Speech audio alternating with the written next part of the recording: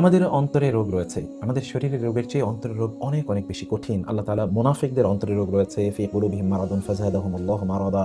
আল্লাহ তাআলা বলেছেন যে তাদের অন্তরে রোগ রয়েছে এবং প্রতি মুহূর্তে তাদের সে রোগ বেড়ে যায়। মানুষের অন্তরে যখন রোগ হয় তখন সে কুফরিতে লিপ্ত হয়, শিরকে লিপ্ত হয়, বিদআতে লিপ্ত হয়, আল্লাহর ব্যাপারে খারাপ ধারণা পোষণ করে, বিভিন্ন ধরনের অপকর্মে লিপ্ত হয়ে যায় এবং শারীরিকভাবেও সে কিন্তু প্রচণ্ডভাবে অসুস্থ হয়ে যায় যদি মনে রোগ থাকে। অতএব আপনি মনের যে রোগ আছে, এই রোগ থেকে আপনি কিভাবে আপনার নিজকে মুক্ত করবেন? তার জন্য উলামায়ে কেরাম, সালফে সালিহিন কোরআন এবং সুন্নাহ থেকে নির্যাস হিসেবে বের করে আমাদেরকে ৫টি কথা বলেছেন যেগুলো আমাদের অন্তরের রোগগুলো দূর করে দিতে পারে।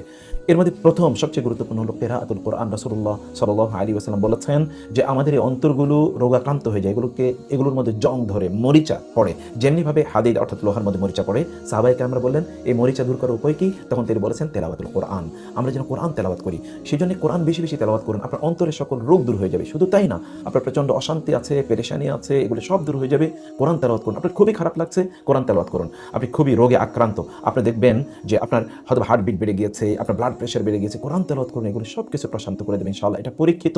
পৃথিবীতে এখন বহু জায়গায় এই সাইকোলজিক্যাল ডিসঅর্ডারের হিলিং হিসেবে, মানে এগুলোর মেডিসিন হিসেবে কিন্তু কোরআন তেলাওয়াতকে ব্যবহার করা হচ্ছে। কারণ আল্লাহ তাআলা তো কোরআন ব্যাপারে বলেছেন যে ফিহি শিফাউল লিন্নাস ওয়া নুনাজ্জিলু মিনাল কোরআনি মা হুয়া শিফাউ ওয়া রাহমাতুল লিল মুমিনিন। এজন্য কোরআন তেলাওয়াত করুন, বেশি বেশি কোরআন তেলাওয়াত করুন। ২ নম্বর বিষয় হচ্ছে যে মনের রোগ থেকে আপনি মুক্ত হতে হলে আপনার পেটটাকে আপনি কম খাদ্য প্রদান করুন। মানে আপনার পেটটাকে যত কম খাবার কম দেবেন, আপনি যত কম খাদ্য প্রদান করবেন ততই আপনি সুস্থ থাকবেন, আপনি ভালো থাকবেন। রাসূল সাল্লাল্লাহু আলাইহি ওয়াসাল্লাম বলেছেন ইয়াকুমুল বেতনা, মানে তোমরা তোমাদের পেটটাকে পূর্ণ করে খাবার দেয়ার চেয়ে তোমরা তোমাদের নিজেদেরকে মুক্ত রাখো। এবং হাদিসে কথা এসেছে যে কোন একজন বান্দা সবচেয়ে নিকৃষ্ট যে পাত্রটি পূর্ণ করে তা হলো তার পেট, এবং একজন ব্যক্তি ততটুকুই যেন খায়, ততটুকুর মাধ্যমে যেন সে দাঁড়িয়ে থাকতে পারে। যেন কম খান, কম খাওয়ার মাধ্যমে কিন্তু আপনি আল্লাহ সুবহানাহু ওয়া তাআলাকে স্মরণ করতে পারবেন। যত বেশি খাবেন তত আপনি অলস ফিল করবেন, অসুস্থ হয়ে যাবেন। আমাদের মনে রাখতে হবে যে খাদ্য নালীই কিন্তু, অর্থাৎ আমাদের যে পাকস্থলী কিন্তু সকল রোগের উৎস।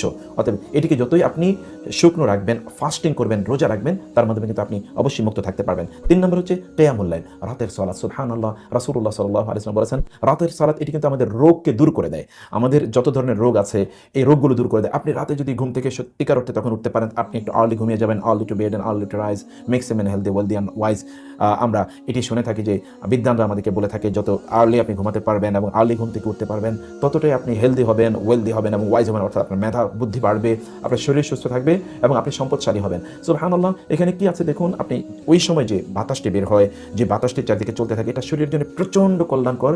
এবং সেই সময় যদি আপনি ঘুম থেকে উঠতে পারেন তাহলে আপনার শরীরটা অলস হবে না, আপনি খুবই কর্মক্ষম থাকবেন, আপনি কর্মোদ্যম থাকবেন, আপনি সারাদিন খুবই সুস্থতার সাথে আপনার সকল কার্যকলাপগুলো আপনি পরিচালনা করতে পারবেন। এই পৃথিবীর সকল সফল মানুষগুলো কিন্তু তারা আর্লি রাইজার, অর্থাৎ তারা আগেই ঘুম থেকে উঠে। এই জন্য পাখিরা যেন আপনার আগে ঘুম থেকে না উঠতে পারে, প্রাণীগুলো যেন, বনের জঙ্গলের প্রাণীগুলো যেন আপনার আগে ঘুম থেকে না উঠতে পারে, এটি আপনারই নিশ্চিত করার দায়িত্ব। আপনি এটি করবেন। আত-তাদাররু ইনদা সাহার, অর্থাৎ সাহারির সময় আল্লাহ সুবহানাহু ওয়া তাআলার কাছে প্রার্থনা করবেন। তখন আল্লাহ তাআলা প্রথম আকাশে নেমে আসেন, আপনার প্রার্থনাগুলো তিনি সাড়া দেন, আপনি যা বলেন তা তিনি আল্লাহ সুবহানাহু ওয়া তাআলা কবুল করে নেন।